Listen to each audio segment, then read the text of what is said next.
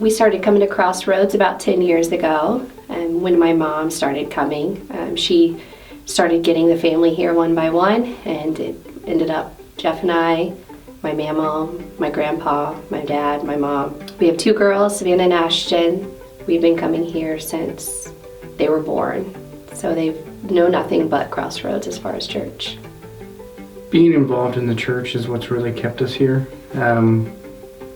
At first it wasn't that much involvement, and then about 5 or so years ago I did Joshua's Men with Pastor Craig, and that's when I started to kind of dig in a little bit deeper. And then we shortly thereafter, I think, joined a small group, and we've been in that small group ever since. It was through the discipleship walk that my faith took a really big turn, and I felt the need to share it with others.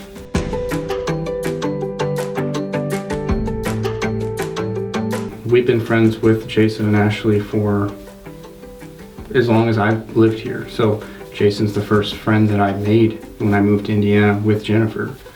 So we met way back in the day serving at Longhorn, and we've kept our friendship ever since.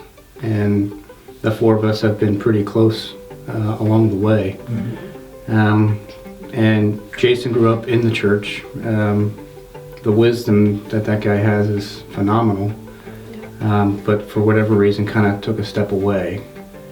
And Jennifer and I kind of felt it in our hearts to bring him back. So we were pretty persistent in asking and inviting and trying to get them to come and to see what Crossroads was all about. I mean, I think it's been probably 2 or 3 years that we've really been kind of planting the seed, but it wasn't until after the walk that I really got pretty persistent with it, and I'd say, I guess, more intentional. And you know, he would say, "Oh, I'm coming this week. I'm coming this week. Or I'll be there this week. This is the week. You know, I'm gonna be there."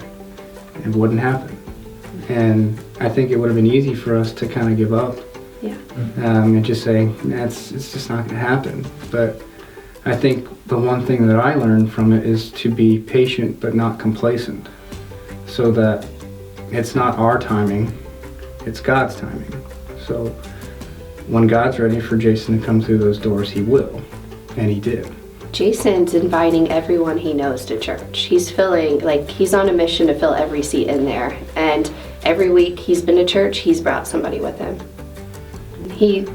He can't help but share with everybody he talks to. I think it's having had that transformation in his life.